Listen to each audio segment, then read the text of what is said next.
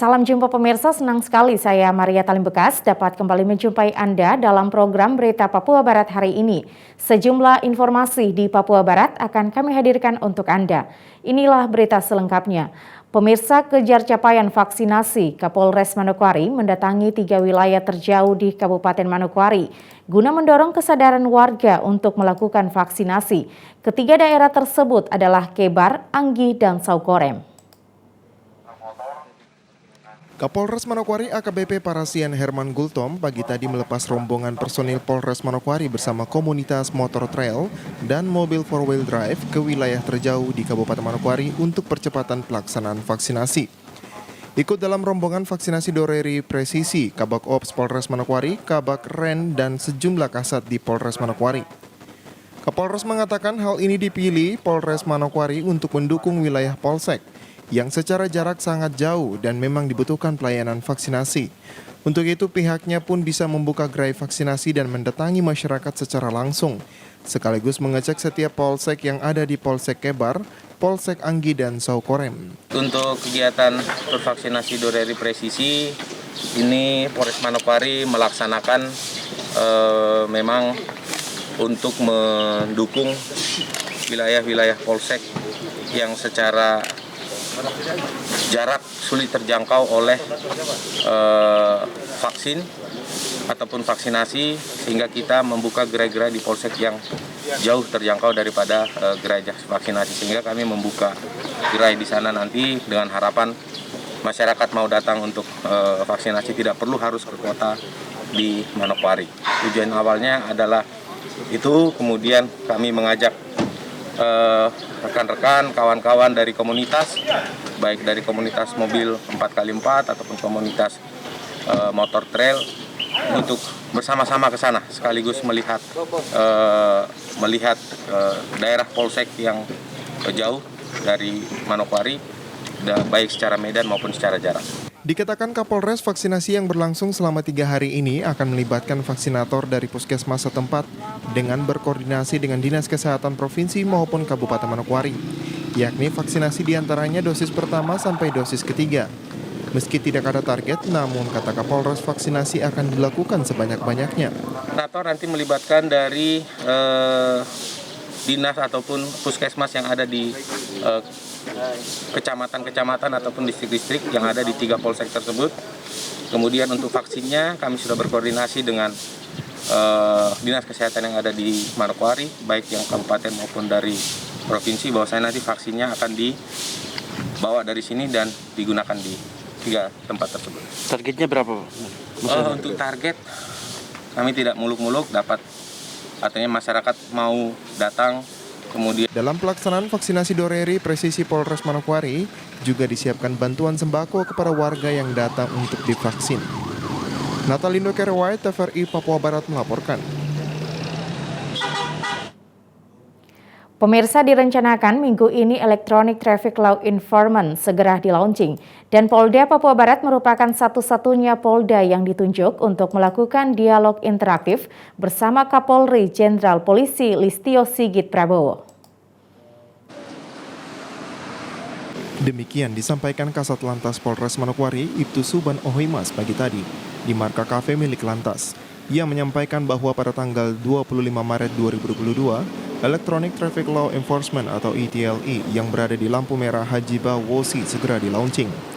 Menurut Suban, adanya ETLE merupakan suatu kebanggaan di mana dari 14 Polda yang hari itu ikut di-launching di seluruh Indonesia, yang mana Polda Papua Barat ditunjuk untuk melakukan dialog interaktif bersama Kapolri, Jenderal Polisi Listio Sigit Prabowo secara virtual. Dan juga merupakan kebanggaan tersendiri bahwa selama ini jajaran lalu lintas di bawah Direktorat Lalu Lintas Polda Papua Barat sudah semakin maju.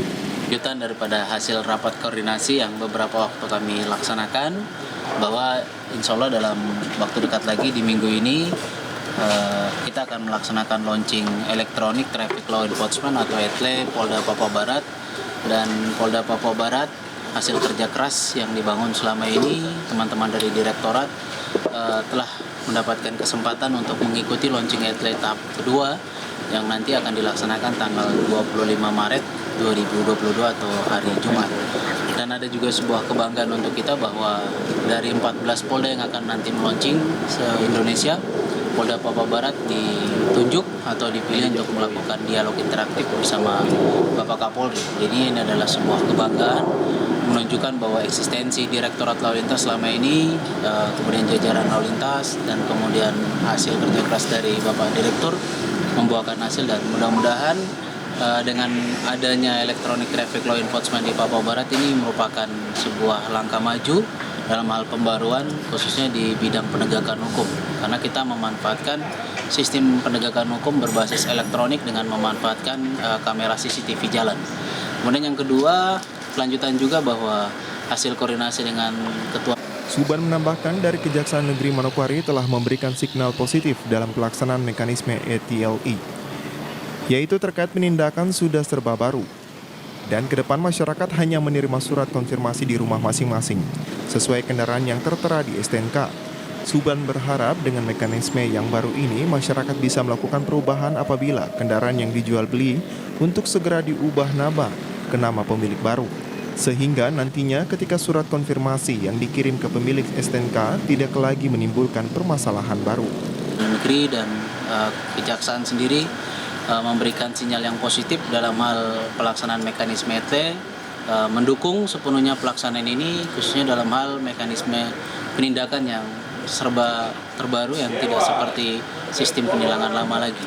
Jadi nanti ke depan masyarakat hanya akan menerima surat konfirmasi, melakukan pelanggaran, menerima konfirmasi di rumah masing-masing sesuai alamat daripada kendaraan yang tertera di STNK. Sehingga kami harapkan dengan adanya nanti sistem mekanisme baru ini, masyarakat bisa melakukan perubahan apabila kendaraan yang telah dijual beli untuk melakukan perubahan nama ke pemilik baru. Sehingga nanti ketika surat konfirmasi itu dikirim tidak lagi menimbulkan pertanyaan atau masalah baru.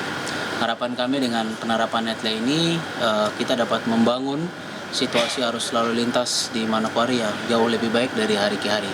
Kenapa? Karena dari hasil perhitungan kamera ETLE sendiri kurang lebih 30 hari atau 1 bulan kita melakukan ANEF, jumlah pelanggaran lalu lintas kurang lebih Dengan penerapan Electronic Traffic Law Enforcement atau ETLE, jajaran lalu lintas yang ada di Polda Papua Barat bisa membangun situasi lalu lintas yang lebih baik dari hari ke hari.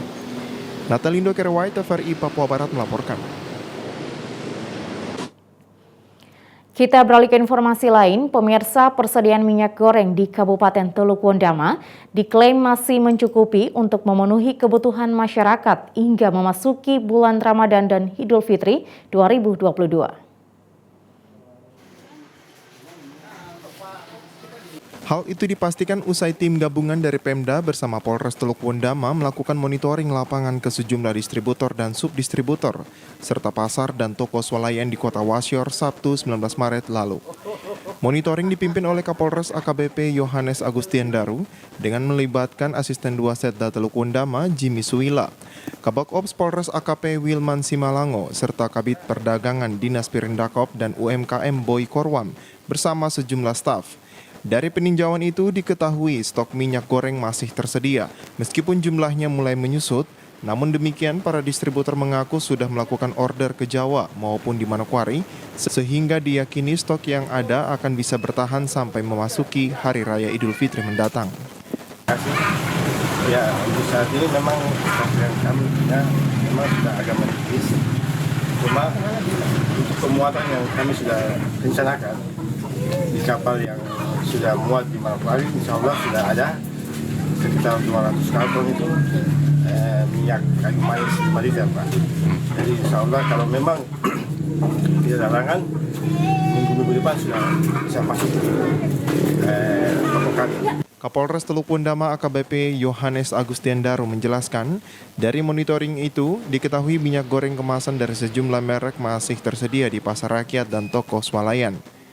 Namun demikian sudah ada jaminan dari para distributor bahwa pasokan minyak goreng baru yang telah mereka pesan akan segera tiba dalam beberapa waktu ke depan, sehingga diyakini stok minyak goreng di Kota Wasior akan mencukupi sampai dengan Lebaran nanti.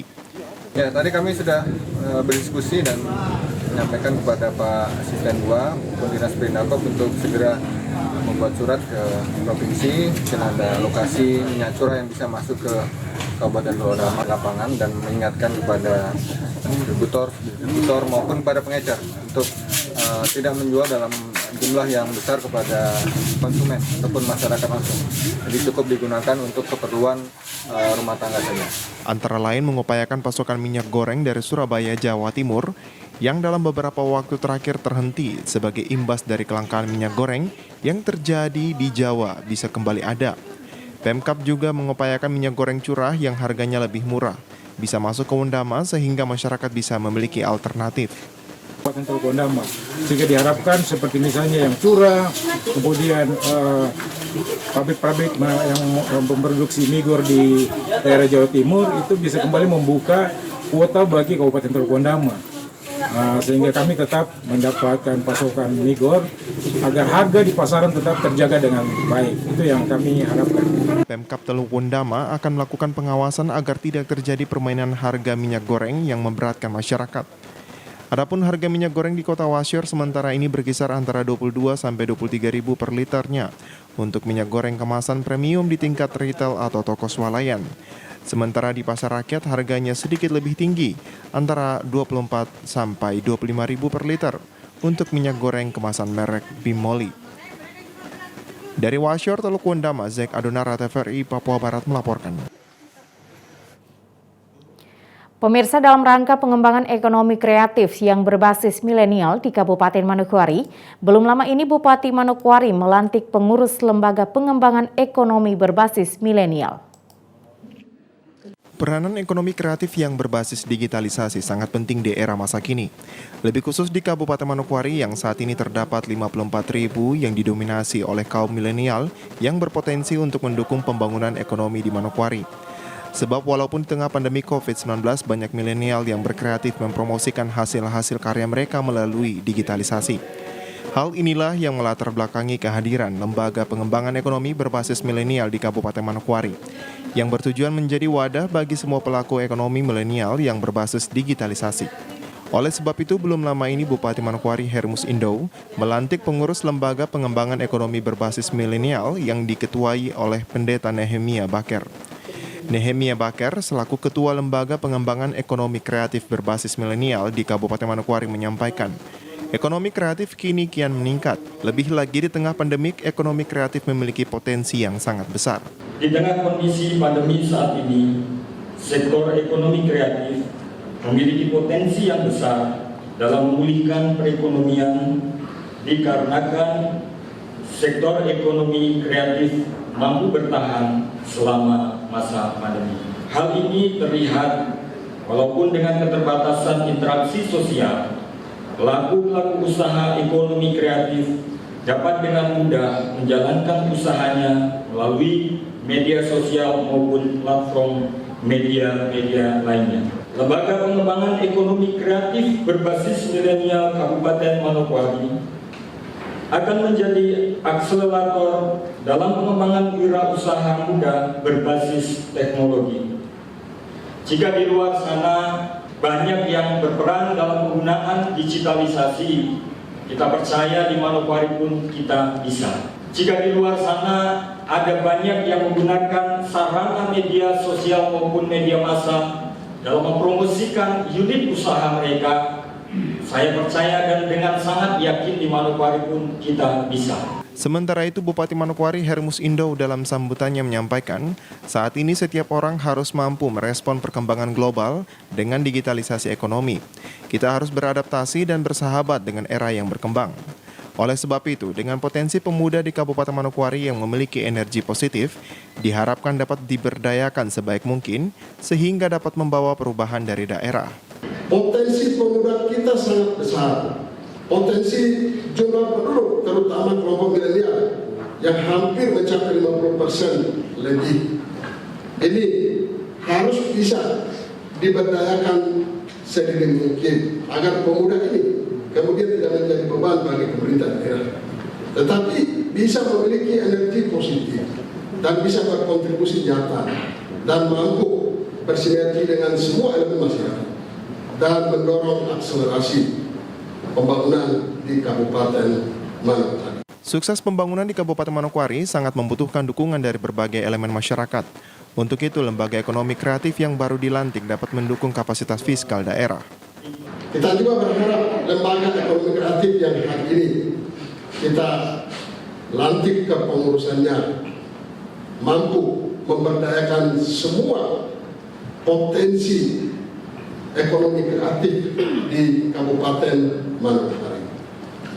Bapak Ibu yang saya hormati dan kasihi, di sisi lain kita berharap bahwa kapasitas fiskal daerah juga harus kita bisa dorong atau kita tingkatkan sehingga hari ini berdampak pada peningkatan kualitas pelayanan kita. Fakta juga membuktikan bahwasanya pertumbuhan ekonomi kita di masa pandemi mengalami minus sekitar 5%.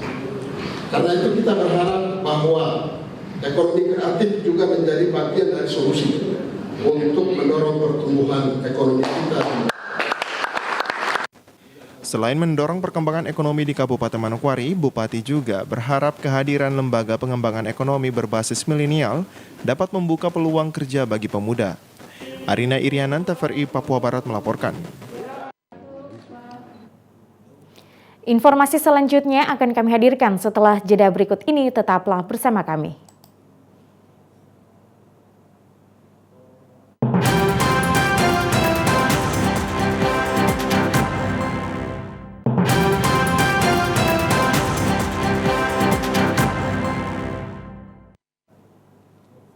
Terima kasih Anda masih bersama kami. Pemirsa, pemerintah Provinsi Papua Barat dan Pemda Manokwari siap membangun rumah hunian tetap bagi korban kebakaran Borobudur di Kampung Wamesa, Distrik Manokwari Selatan. Warga terdampak kebakaran Borobudur akhirnya akan segera memiliki rumah hunian tetap. Hal ini dibuktikan dengan keseriusan pemerintah Provinsi Papua Barat dan Pemda Manokwari yang berkomitmen merelokasi warga terdampak dengan melakukan pembangunan rumah hunian yang mana Jumat kemarin siang telah diawali dengan peletakan batu pertama pembangunan. Peletakan batu pertama dilakukan oleh Gubernur Papua Barat Domingos Mandacan, Bupati Manokwari Hermus Indo, perwakilan Kajati Papua Barat, pemilik hak ulayat, Ketua DPRD Manokwari, serta pemerintah Distrik Manokwari Selatan.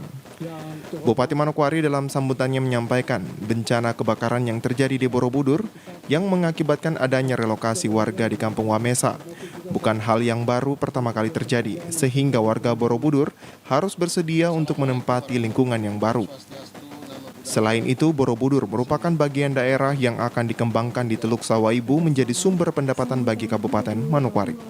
Kita ingin mengambil hikmah yang positif dari kejadian masa lalu di mana hari ini kita ada di tempat ini.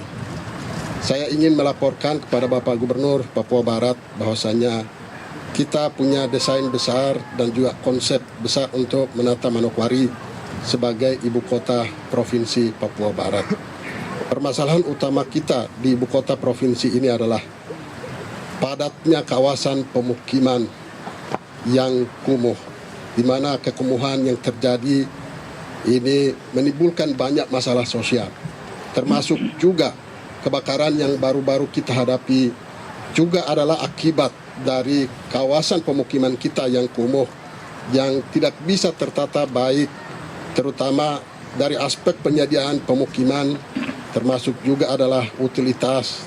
Kita mencoba untuk menertibkan seluruh masyarakat kita supaya kemudian kawasan itu kita bisa tata dengan baik dan bertumbuh secara sehat, dan Manokwari sebagai ibu kota provinsi bisa tumbuh secara baik dan pertumbuhan ekonomi kita, masalah sosial ke masyarakat kita juga bisa kita kelola dengan baik.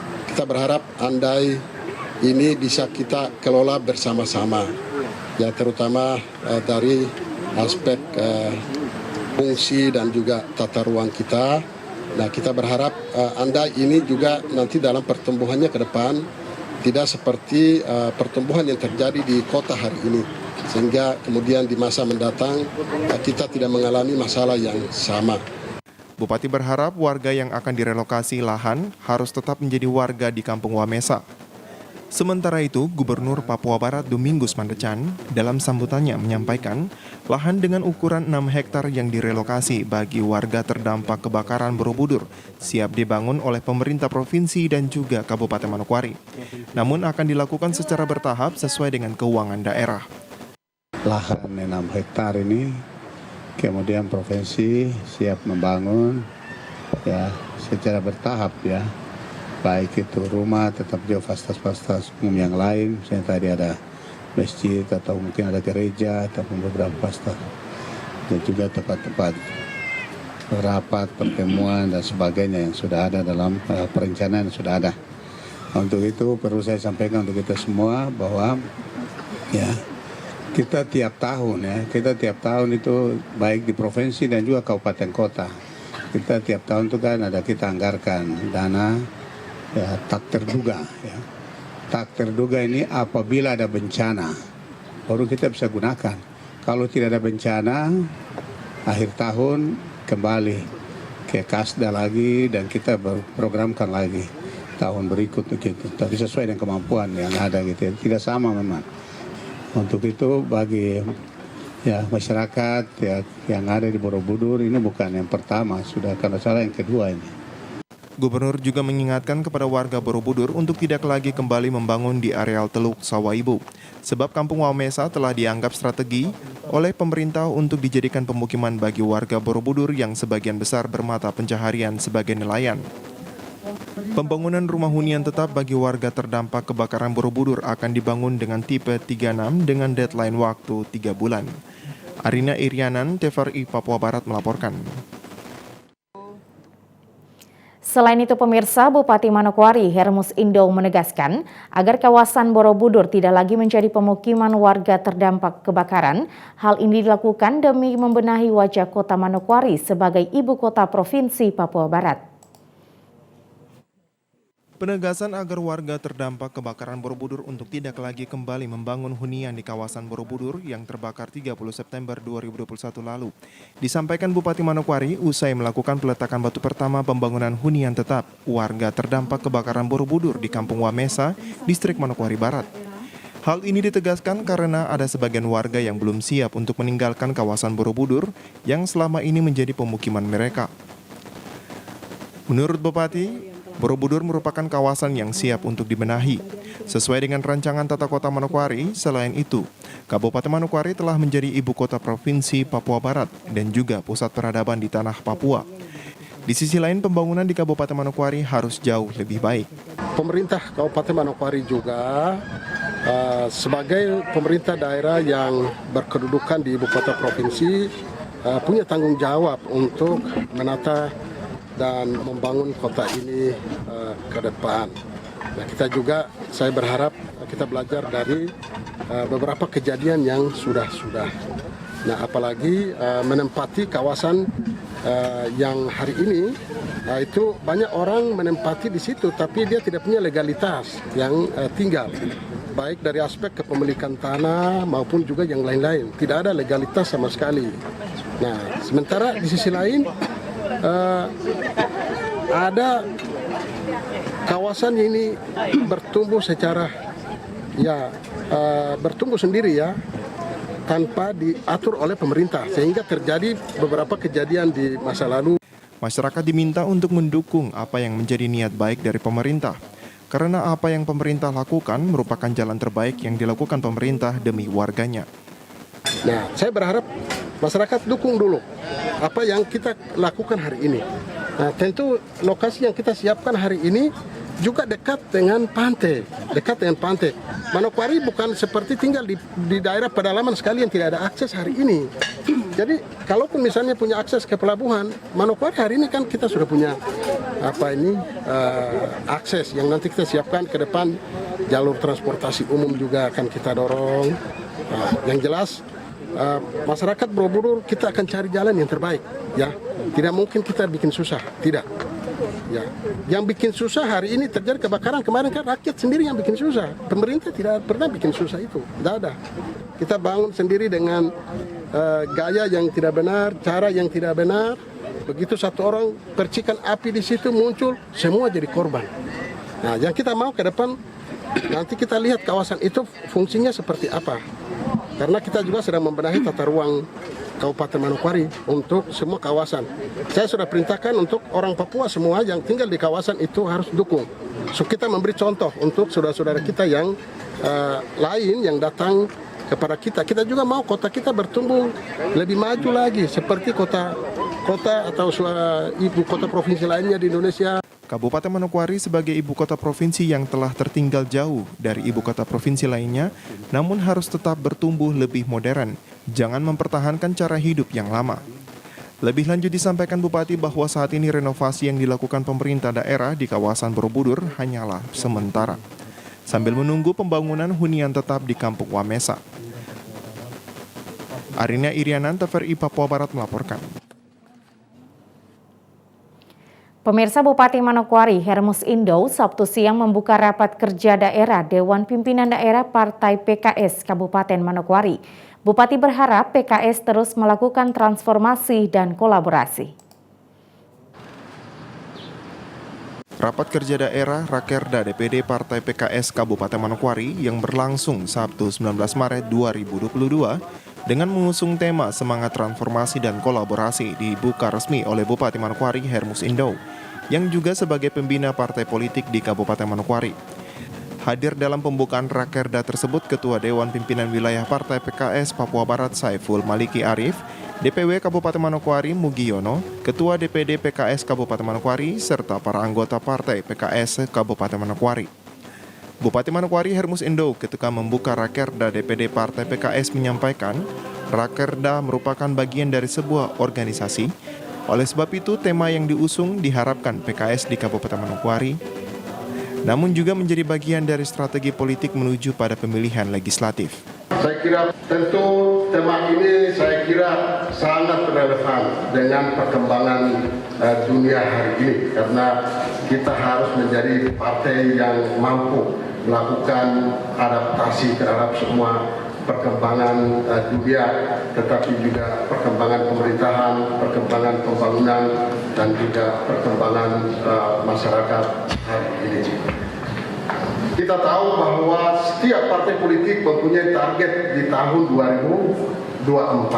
Ya, tadi PKS sudah menetapkan targetnya. Bapak Ibu, saya kira ini sesuatu yang wajar kalau itu dibangun dalam dua konsep besar ini, yaitu transformasi dan kolaborasi.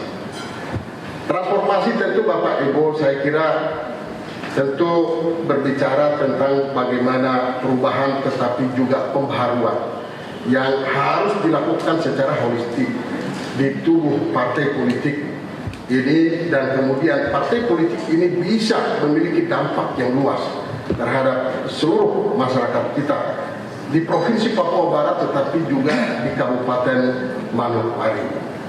Kunci transformasi inilah yang kemudian bisa mengantarkan PKS bisa memenangkan pemilu di tahun 2024, baik pemilu legislatif, pilpres, tetapi juga pemilu kepala daerah. Selain transformasi yang telah dilakukan pada tubuh Partai PKS, Bupati juga menyampaikan kolaborasi yang telah dibangun harus terus ditingkatkan.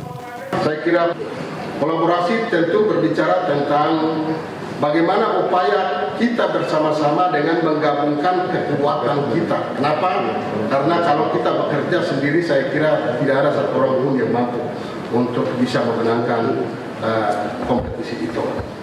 Kolaborasi membutuhkan upaya bersama untuk kemudian bisa menyatukan kekuatan dari semua elemen yang berbeda. Saya kira ini sudah dilakukan oleh PKS hari ini dan sesuatu yang ada harus dipertahankan tetapi juga kolaborasi harus bisa ditingkatkan lagi kualitasnya, dan saya percaya PKS akan menjadi partai yang bisa memenangkan kontestasi di Kabupaten Manokwari. Sebagai pimpinan daerah dan juga pembina partai politik di Kabupaten Manokwari, Bupati Hermus menyampaikan pula bahwa dirinya selalu ada untuk semua partai. Pemerintah akan mendukung eksistensi Partai PKS dengan berbagai program partai yang bertujuan untuk meningkatkan kesejahteraan masyarakat di Kabupaten Manokwari. Arina Irianan, TVRI Papua Barat melaporkan. Pemirsa, dalam rangka transformasi dan kolaborasi, Partai Keadilan Sejahtera Dewan Pengurus Daerah PKS Kabupaten Manokwari Sabtu siang melantik 9 Dewan Pimpinan Cabang Partai Keadilan Sejahtera masa bakti 2021-2025. Pelantikan pengurus Dewan Pimpinan Cabang yang dilakukan oleh Ketua DPD Partai PKS Kabupaten Manokwari Masrawi Arianto yang berlangsung dalam acara pembukaan Rapat Kerja Daerah Partai PKS Kabupaten Manokwari pada Sabtu siang kemarin. 9 pengurus Dewan Pimpinan Cabang Partai PKS yang dilantik yakni DPC Distrik Manokwari Timur, Manokwari Barat, Manokwari Selatan, Pravi, Masni, Sidey, Tanah Rubu, dan Warmare. Prosesi pelantikan ditandai dengan pembacaan sumpah janji yang dibacakan oleh Ketua Dewan Pimpinan Daerah DPD Partai PKS Kabupaten Manokwari, Masrawi Arianto. Ketua DPD PKS Masrawi Arianto usai melantik 9 Dewan Pimpinan Cabang dalam sambutannya menyampaikan sesuai dengan tema yakni semangat transformasi dan kolaborasi yang merupakan tema sentral Partai PKS secara nasional. Maka diharapkan PKS Kabupaten Manokwari dapat melakukan transformasi di semua lini sektor, yang tentunya akan didukung oleh pengurus 9 DPC yang baru dilantik. Adalah semangat transformasi dan kolaborasi. Kami di DPD PKS Kabupaten Manokwari siap melakukan terobosan-terobosan transformasi dalam semua lini sektor seperti itu. Dan harapannya ini semangat ini diikuti nanti oleh 9 DPC yang sudah dilantik. Ya, semangat transformasi kami supaya agar partai kita PKS DPD PKS Kabupaten Manokwari senantiasa eksis mempertahankan atau menambah kemanfaatan ini kalau kita kemudian turunkan adalah menambah kursi. Siap ya para teman-teman DPD untuk menambah kursi kita? Lebih lanjut disampaikan sesuai dengan amanat Rakorwil PKS, maka target perolehan kursi PKS di DPRD Kabupaten Manokwari yang mana pada Pileg 2019 tersedia 3 kursi, dapat mencapai 6 kursi. Masrawi juga menyampaikan fraksi PKS di kursi DPRD Kabupaten Manokwari sebagai partai koalisi pada Pilkada tahun 2020 lalu, siap untuk mendukung program pemerintah daerah. Insya Allah komitmen kita bersama Bupati Manokwari, ya kita adalah koalisi dan sampai saat ini kami di DPR juga senantiasa fraksi PKS mendukung program-program strategis yang dilaksanakan oleh pemerintah. Dan kami juga ada beberapa catatan-catatan ya bagi OPD dan sebagainya yang belum maksimal kita akan kritisi di sidang-sidang paripurna kita aja Bupati. Tapi secara keseluruhan secara umum langkah-langkah maupun kebijakan-kebijakan pemerintah daerah dalam hal Bupati Manokwari sepenuhnya fraksi PKS Kabupaten Manokwari mendukung sepenuhnya. Menuju pemilihan legislatif tahun 2024 mendatang, saat ini Partai PKS Kabupaten Manokwari telah menetapkan bakal calon legislatif dari 4 daerah pemilihan. Selain Pileg 2024, Masrawi juga menyampaikan, DPD PKS Kabupaten Manokwari tetap akan berkoalisi mendukung Bupati dan Wakil Bupati pada Pilkada di tahun 2024. Arina Irianan, TVRI Papua Barat melaporkan. Pemirsa, informasi tadi sekaligus menutup jumpa kita dalam program Berita Papua Barat hari ini. Kami tetap mengajak Anda untuk mencegah penyebaran COVID-19 dengan cara memakai masker, mencuci tangan pakai sabun dengan air yang mengalir, menjaga jarak, menjauhi kerumunan, serta membatasi mobilitas dan bersedia divaksin sesuai kebijakan pemerintah. Indonesia pulih karena aku, Indonesia pulih karena kamu, Indonesia pulih karena kita. Mewakili kerabat kerja yang bertugas, saya Maria Talim Bekas mengucapkan terima kasih dan sampai jumpa.